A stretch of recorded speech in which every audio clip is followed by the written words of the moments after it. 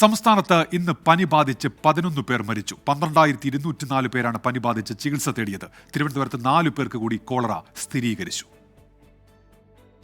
സംസ്ഥാനത്ത് ഇന്ന് 173 പേർക്ക് ഡെങ്കിപ്പനിയും 22 പേർക്ക് എലിപ്പനിയും സ്ഥിരീകരിച്ചു. തിരുവനന്തപുരത്ത് 4 പേർക്ക് കൂടി കോളറ സ്ഥിരീകരിച്ചതും ആശങ്കയായി. നെയ്യാറ്റിൻകര കെയർ ഹോമിലെ അന്തേവാസികളാണ് 4 പേരും. ഇതോടെ സംസ്ഥാനത്ത് ആകെ കോളറ ബാധിതരുടെ എണ്ണം 12ആയി.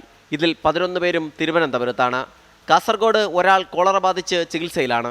രോഗികളുടെ ആരോഗ്യനില തൃപ്തികരം. പ്രതിരോധ പ്രവർത്തനങ്ങൾ ഊർജിതമാക്കിയതായും ആശങ്ക വേണ്ടെന്നും ആരോഗ്യമന്ത്രി വീണ ജോർജ് അറിയിച്ചു. സാഹചര്യം വിലയിരുത്താൻ ആരോഗ്യമന്ത്രി വീണ ജോർജിന്റെ നേതൃത്വത്തിൽ ഉന്നതതല യോഗം ചേർന്നു. 11 പനിമരണങ്ങൾ ഇന്ന് റിപ്പോർട്ട് ചെയ്തു. ഒരാൾ മഞ്ഞപ്പിത്തം ബാധിച്ചും 4 പേർ എലിപ്പനി ബാധിച്ചുമാണ് മരിച്ചതെന്ന് സ്ഥിരീകരിച്ചു. 24 തിരുവനന്തപുരം.